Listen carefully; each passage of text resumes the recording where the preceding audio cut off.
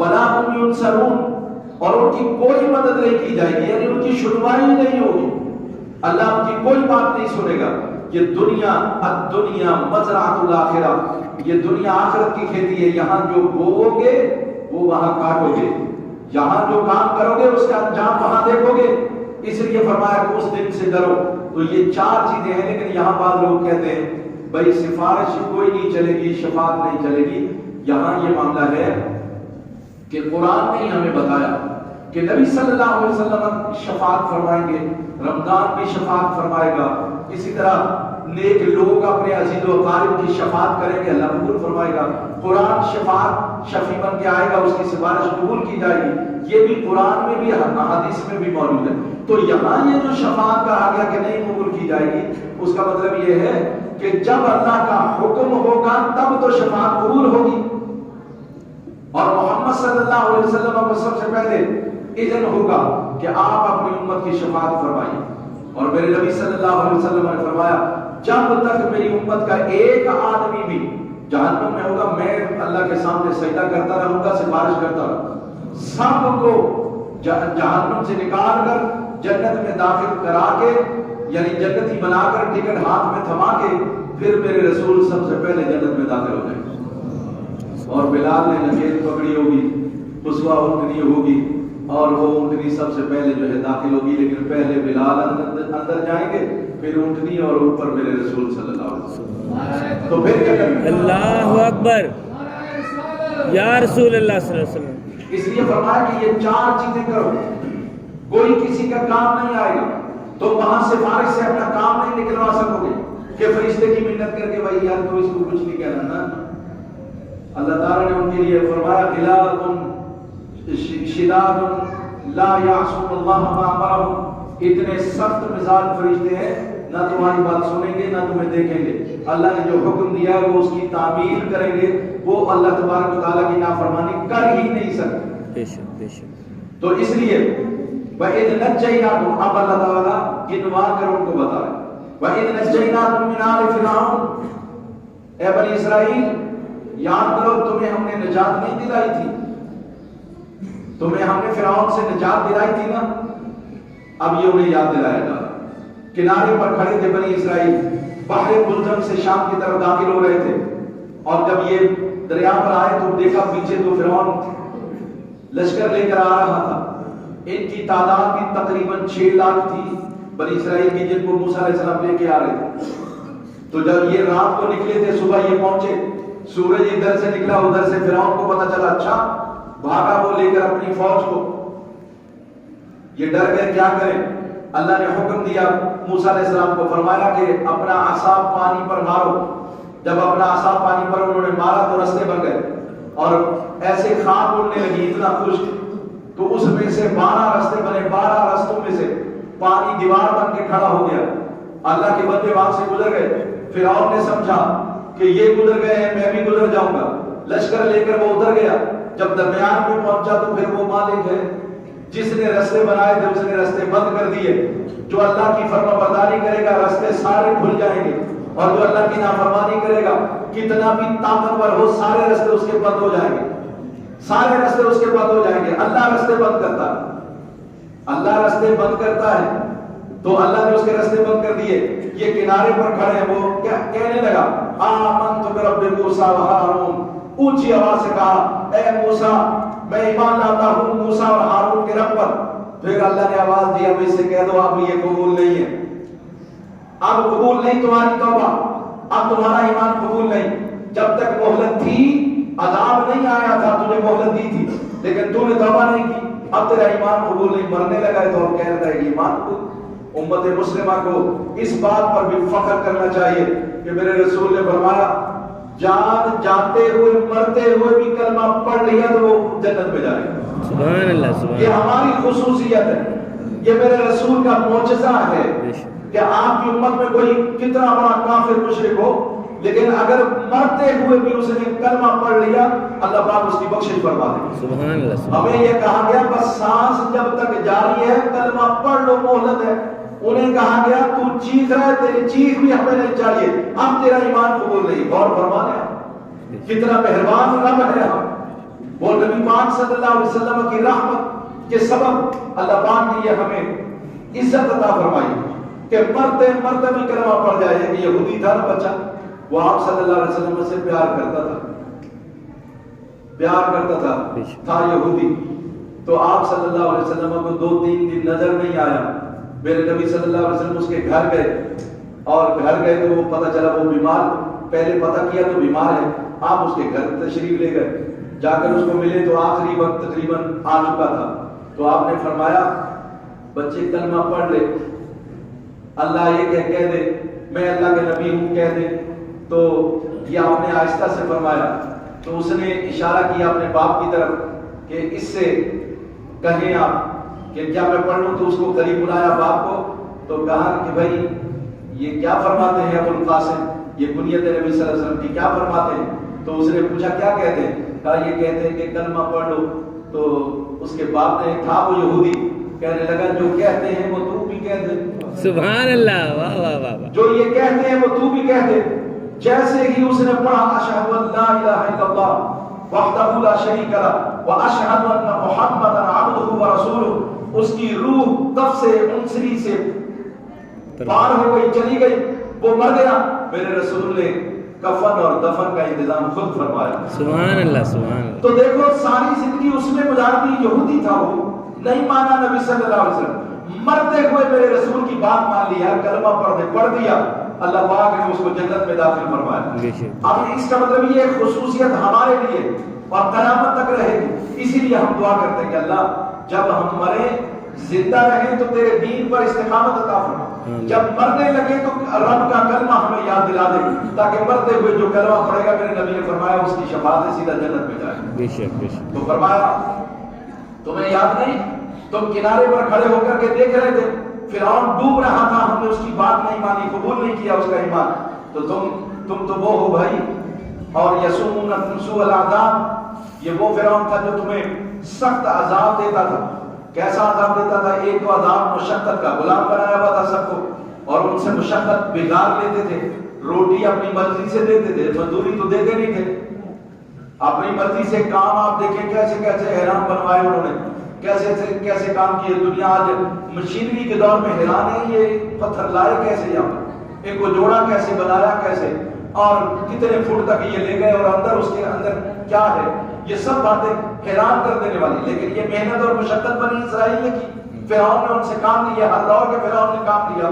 تو اللہ کریم یہ فرمائے تم پر ایک عذاب اور بھی تھا, یذبحون ابناءکم ویستحیون نساءکم. فرمایا تمہارے لڑکوں کو وہ ذبح کرتا تھا, تمہاری بچیوں کو چھوڑ دیتا تھا. ہوا یہ کہ فرعون نے ایک خواب دیکھا کہ بیت المقدس یعنی شہر سے وہاں سے آگ نکلی ہے, اور اس نے بنی اسرائیل کے علاوہ فرعونیوں کو سب کو ہلاک کر دیا, ختم کر دیا. لیکن بنی اسرائیل کو کچھ نہیں ہوا. وہ بڑا پریشان ہوا. خواب تھا, اس نے لوگوں کو بلایا, نجومیوں کو اور ماہر قسم کے خواب کی تعبیر بتانے والے معبرین, ان کو بلایا اور پوچھا کہ بھائی یہ میں نے خواب دیکھا ہے. انہوں نے کہا بنی اسرائیل میں ایک لڑکا پیدا ہوگا, تیرا اقتدار ختم کر دے گا, یہ ہوگا وہ ہوگا, ساری کہانی سنا دو. اس نے کہا اچھا میں کسی بچے کو زندہ رہنے دوں گا تو وہ ایسا کرے گا. اس نے حکم جاری کر دیا بنی اسرائیل کے سارے بچے جو ہے وہ کرو, قتل کر دو, لڑکیوں کو چھوڑ دو تاکہ وہ ہماری لونڈی بن جائے, باندیاں بن جائے. لڑکوں کو قتل کر دو. پھر کیا ہوا, لڑکے زندہ رہنے نہیں دیتے تھے, اور بوڑھے اپنی موت آ گئی تو وہ مرنے لگے. اب وہ اس کی اپنی جو قوم تھی, ٹیم تھی, وہ پریشان ہو گئے. انہوں نے کہا فرعون سے بھائی آپ نے بچے ان کے مار رہے ہیں, بوڑھے ویسے مر رہے ہیں, تو یہ ہماری نوکری کون کرے گا, یہ کاروبار کون کرے گا. اس نے کہا اچھا یہ ایک دن چھوڑ دیا کرو, ایک دن قتل کیا کرو. تو دیکھیے جس دن چھوڑنا تھا اس دن ہارون پیدا ہوئے علیہ السلام, بھائی موسیٰ علیہ السلام کے بھائی, اور جس دن قتل کرنا تھا اس دن جو ہے موسیٰ علیہ السلام پیدا ہوئے. وہ تو پیغمبر ہیں نا اللہ کے, کلیم اللہ ہیں اور جلال والے ہیں. تو وہ رب جو ہے وہ اس نے ان کو دکھانا تھا لوگوں کو کہ دیکھو رب جب کسی کا ہو جاتا ہے, کسی کو بھیجتا ہے, تو دنیا کی کوئی طاقت اسے روک نہیں سکتی. اللہ تعالیٰ نے فرعون کے گھر میں پرورش کا انتظام کر دیا, اور ایسے انتظامات کیے کہ لوگ دنگ رہ گئے. اور وہ حیران بھی ہوتا تھا, وقتاً فوقتاً امتحانات بھی لیتا رہتا تھا کہ یہی بچہ تو نہیں ہے. وہ تو اپنی بیوی آسیہ رضی اللہ تعالی عنہا جو 5 خواتین جن کو اسلام میں بڑی عزت حاصل ہے، ان میں ایک جو ہے وہ سیدہ آسیہ رضی اللہ تعالیٰ عنہ جو فرعون کی بیوی، وہ بھی جنت کی بیویوں میں سردار ہوگی، تو ان کے دل میں یہ محبت ڈال دی کہ بھائی یہ بچہ جو ہے نا یہ لینا چاہیے بس۔ اور اس کے بعد پھر آپ نے وہ قصہ سارا سنا۔ تو موسیٰ علیہ السلام کو فرمایا یہ تو تمہارے لڑکوں کو ذبح کر دیتا تھا اور تمہاری بچیوں کو ذبح کر دیتا تھا۔ یہاں ایک مجھے شیخ محمد عبدو، بہت بڑے عالم ہیں مصر کے، ان کی ایک بات یاد آ رہی ہے اور بڑی مناسبت ہے، آج کل کے حالات سے بڑی مناسبت ہے۔ وہ یہ ہے کہ یاد رکھو فطرت کا ایک نظام ہے، قدرت کا ایک نظام ہے، اس نظام میں مداخلت نہیں کی جا سکتی، نہ ہی قدرت اس مداخلت کو قبول کرتی ہے۔ اور اس میں یہ شیخ محمد عبدو نے لکھا ہے کہ اصل میں وہ بچوں کو قتل کیوں کرتا تھا، وجہ کیا تھی؟ ایک دن سوچا اس نے اور لوگوں سے مشورہ کیا، بھئی یہ مسلمانوں کی وہ تو بنی اسرائیل، کیونکہ اللہ نے تو فضیلت علم کے حوالے سے دی تھی نا، روحانی برتری تھی ان کی، کہنے لگے ان کی تو نسل بہت بڑھ رہی ہے، نسل بہت بڑھ رہی ہے، افزائش بہت ہو رہی ہے، پیدائشیں بہت ہو رہی ہیں، تو لگتا یہ ہے کہ عنقریب ان کی تعداد بڑھ جائے گی اور اس ملک میں ہم پر یہ حکومت کر لیں گے، غلبہ کریں گے، انقلاب آ جائے گا، اپنی کثرت کی بنیاد پر یہ ملک پر قبضہ کر لیں گے، لہذا ان کو قتل کیا تھا۔ یعنی بہت سارے دیگر جو اسباب ہیں نا ان میں سے ایک سبب یہ تھا۔ یہ بتانا آپ کو اس لیے ضروری ہے، ذرا میڈیا پر دیکھیے، نظر رکھیے، آنکھیں 4 رکھ کے پھر آپ زندہ رہ سکتے ہیں۔ اگر مسلمان بن کے رہنا ہے پھر آپ کو 4 آنکھیں کر کے رہنا ہوگا، یہ 2 آنکھوں سے کام نہیں چلے گا، آپ کو ہر طرف نظر دوڑانی ہوگی کیا ہو رہا ہے۔ تو دنیا میں، ہندوستان میں، آپ کے پڑوس میں کیا ہو رہا ہے، وہاں مسلمانوں کے ساتھ جو ظلم و ستم روا رکھا جا رہا ہے، آپ حیران ہو جائیں گے۔ ہندوؤں کے بیانات ذرا دیکھیے، ان کی پارلیمنٹ لوک سبھا سے لے کر نیچے محلے تک کسی سے پوچھو ارے مسلمانوں کے ساتھ ایسا کرنا کیسا ہے، وہ کہتے بالکل ٹھیک ہے، ان کو مارنا چاہیے، ان کو ایسا کر۔ پوچھا کیوں؟ کہا اس لیے ان کی نسل بہت بڑھ رہی ہے اور ایسا ہوگا کہ یہ نسل بڑھا کر اکثریت کی بنیاد پر ہندوستان پر یہ قبضہ کرنا چاہتے ہیں۔ میں نے آپ کو یہ بات اس لیے بتائی کہ وہ فرعون کی حکومت تھی، اس کی سوچ اور اس مودی فرعون کی سوچ ایک ہی ہے۔ وہ وہاں بنی اسرائیل کو اس لیے قتل کر رہے تھے کہ کثرت ہو جائے گی، یہ غلبہ حاصل کر لیں گے، اکثریت کی بنیاد پر انقلاب لے آئیں گے۔ ہندوستان میں مسلمان کو اس لیے مارا جا رہا کہ مسلمانوں کی نسل تیزی کے ساتھ بڑھ رہی ہے اور وہ پریشان ہیں کہ ہندوؤں کی نسل اتنی تیزی سے نہیں بڑھ رہی۔ میں نے سوچا، میں نے کہا وہ رب ہے، حلال جانور بکری وہ بچہ 1 دیتی ہے، یہ 2 دیتی ہے، سال کے بعد دیتی ہے، لیکن دنیا میں بکرے کھا کے روزانہ اس کے باوجود ختم نہیں ہوتا۔ میں نے کہا جو حلال کا ہوگا وہ بڑھتا چلا جائے گا، اور وہ جو حرام کے ہے وہ 20 بچے بھی دے، وہ 100 بچہ بھی دے، اللہ کی قسم کہیں نظر نہیں آتے، بے شک بے شک بے شک، کہیں نظر نہیں آتے۔ تو میں اس بات پہ خوش ہوتا ہوں، آپ کو بھی کہتا ہوں خوش ہوا کرو، میرے پیغمبر نے بھی یہ فرمایا، ارے ایسی بیویوں سے شادی کرو جو بچے زیادہ جنتی ہوں، کل قیامت میں اپنی امت کی کثرت پر فخر کروں۔ سبحان اللہ۔ تو ہندوستان انشاءاللہ ہمیں اس طرح سے نہیں بس آنکھیں دکھانے سے ہی ہو جائے گا۔ ابھی تو ایک شیرنی نے آنکھیں دکھائیں، ابھی تو ایک شیرنی نے آنکھیں دکھائیں، نعرہ تکبیر اللہ اکبر ایک بیٹی نے لگایا۔ اللہ کی قسم اگر یہ سارے نعرہ تکبیر لگا کر وہ ہمارے پر چلا جائے، ہندو اگر خالی کر کے سمندر میں کود نہ جائے تو آپ کہیے بے شک بے شک۔ ایک بیٹی وہ اتنے سارے سینکڑوں درندوں کے سامنے اگر اللہ اکبر کہتی ان کا پیشاب نکل جاتا، اور اگر یہ سارے لوگ پاکستان کے لوگ، کشمیر کے لوگ یہ سارے کھڑے ہو جائیں اور بارڈر پہ جا کے نعرہ تکبیر لگانے بولے آ رہے ہیں ہم، تو پھر اس کے بعد بتائیے ہندوستان تو خود بخود خالی ہو جائے گا۔ چھوڑ دیجیے آپ یہ سارے میزائل لگے ہیں تو یہ لگے، اس کی کوئی حیثیت نہیں۔ اصل معاملہ آپ کے ایمان کا ہے، آپ کے جذبے کا ہے، آپ کے یقین کا ہے۔ اللہ کی قسم مسلمانوں نے جتنی جگہ جیتی ہیں وہ اسلحے کی بنیاد پر نہیں جیتی، وہ یقین کی بنیاد پر جو ہو ذوق یقین پیدا تو کٹ جاتی ہے زنجیریں۔ اگر آپ کے اندر ذوق یقین ہو کہ اللہ تبارک و تعالیٰ میرے ساتھ ہے، میں حق پر ہوں اور مجھے حق کے لیے جینا ہے، حق پر زندہ رہنا ہے، تو کوئی وجہ نہیں ہے کہ باطل آپ کو چھوڑ کر بھاگ نہ جائے۔ تو اس لیے دوستو اللہ تبارک و تعالیٰ نے ہمیں فرمایا کہ بھائی تمہاری بچیوں کو یہ زندہ رکھ رہے تھے باندی بنانے کے لیے، تمہارے بچوں کو ذبح کر رہے تھے.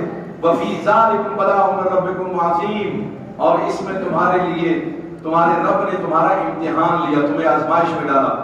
آج ہم بھی آزمائش میں ہیں. میں ایک بات اور کہنا چاہتا ہوں، وہ یہ ہے ویلنٹائن ڈے کے بارے میں جو بات عرض کی ہے یہ حرام ہے. ہمارے ایک وہ بچی پردے کے لیے جس نے نعرہ تکبیر بلند کیا، اللہ کی قسم وہ ہماری ہیرو ہے، وہ ہمارے لیے مشعل راہ ہے. ہماری ان بچیوں کے لیے وہ مثال ہے جو بچیاں یہاں پر جو ثقافتی شوز کرتی ہیں اور اس میں جو رقص و سرور کی محافل ہوتی ہیں اور وہ غیر مردوں کو جو ہے وہ پیش کر رہی ہوتی ہیں، پھول پیش کر رہی ہوتی ہیں، ان کے منہ پر تماچا ہے. ان کو کم از کم یہ تو پتا چل گیا کہ عزت اور وقار تمہاری پردے میں ہے. اللہ کی قسم عزت اور وقار تمہارا پردے میں ہے. پردہ اتار کر تم کبھی عزت اور وقار سے نہیں جی سکتے. یورپ میں کیا کیا؟ لوگ کہہ رہے تھے ان کو مساوات، ان کو بات یہ کہ انہوں نے تو ان کا عورت ہونا چھین لیا. وہاں عورت اور مرد ایک ہے، وہ کہتے ہیں برابر، لیکن میرے رب نے کہا نہیں نہیں بھائی برابر نہیں ہے. الرجال قوامون علی النساء بما فضل اللہ بعضهم علی بعض. فرمایا اللہ تعالیٰ نے مردوں کو طاقت اور قوی بنایا، امین بنایا، ان کا نگران اور محافظ بنایا ہے، ان کی ضرورتیں پوری کرنے والا بنایا ہے. حصے بھی جائیداد میں اسی لیے مقرر فرمائے اس کو اتنا اس کو اتنا. ذرا غور کریں تو آپ کو حکمت ساری سمجھ میں آ جائے گی. اللہ نے اسلام نے، اللہ نے، اس کے دین نے، اس کے نبی نے ہماری بچیوں کو، ماں کو، بہنوں کو عزت عطا فرمائی. اے کاش کہ ہماری بچیاں بیٹیاں یہ سمجھ جائیں. اللہ پاک سے دعا ہے کہ رب العالمین اس طرح کی بچی جو مسکان خان کی طرح کی ساری بچیاں ہماری ایسے ہی ہو جائیں. وہ بات صرف اتنی سی آخر میں یہ کر دیتا ہوں بھائی، ہمیں وہاں تو بڑی خوشی ہوئی ہے کہ ہندوستان کی سرزمین پر اس طرح کی بچیاں. اے کاش کہ میرے ملک کے اندر بھی بچیاں ساری کی ساری مسکان خان بن جائیں. اللہ تبارک و تعالیٰ ان کی عزتیں جو ہے محفوظ فرمائے اور مزید عظمت عطا فرمائے. اور اس پاکستان وطن عزیز کو جس مقصد کے لیے حاصل کیا گیا، اللہ پاک اس مقصد میں ہمیں کامیاب فرمائے. وما علینا الا البلاغ.